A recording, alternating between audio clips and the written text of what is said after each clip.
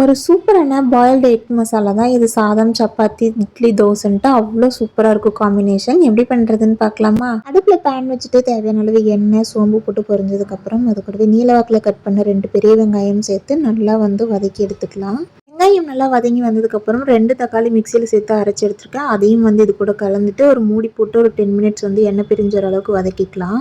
இது நல்லா வதங்கினதுக்கப்புறம் மசாலாவுக்காக மஞ்சள் தூள், மிளகாய் தூள், கரம் மசாலா சேர்த்து கலந்து விட்டுட்டு இதில் ஒரு 1/2 டம்ளர் தண்ணி சேர்த்து நல்லா மிக்ஸ் பண்ணி விட்டுறலாம். இப்போ தேவையான அளவு உப்பும் சேர்த்துட்டு கலந்துட்டு ஒரு 10 மினிட்ஸ் குக் பண்ணிக்கலாம் மூடி போட்டு. இந்த அளவுக்கு நல்லா குக் ஆனதுக்கப்புறம் பாயில் பண்ணி வச்சுருந்த எக்கை நீல வாக்கில் கட் பண்ணிவிட்டு அதையும் சேர்த்துட்டு மஞ்சக்கருவும் சேர்த்ததுக்கப்புறம் லைட்டாக கிளறி விட்டுட்டு அது கூடவே கொத்தமல்லி தழை, கசூரி மேத்தி, ஃபைனலாக கருவேப்பிலையும் தூவி இறக்கணும். அப்படின்னா சூப்பரான பாயில்டு எக் மசாலா ரெடி ஆயிடும். ரொம்ப சிம்பிளான ப்ராசஸ் தான். ஒரு டைமாவது ட்ரை பண்ணி பாருங்கள். இந்த வீடியோ பிடிச்சிருந்தா லைக் பண்ணி நம்ம சேனலை சப்ஸ்கிரைபும் பண்ணிக்கோங்க. பாய்.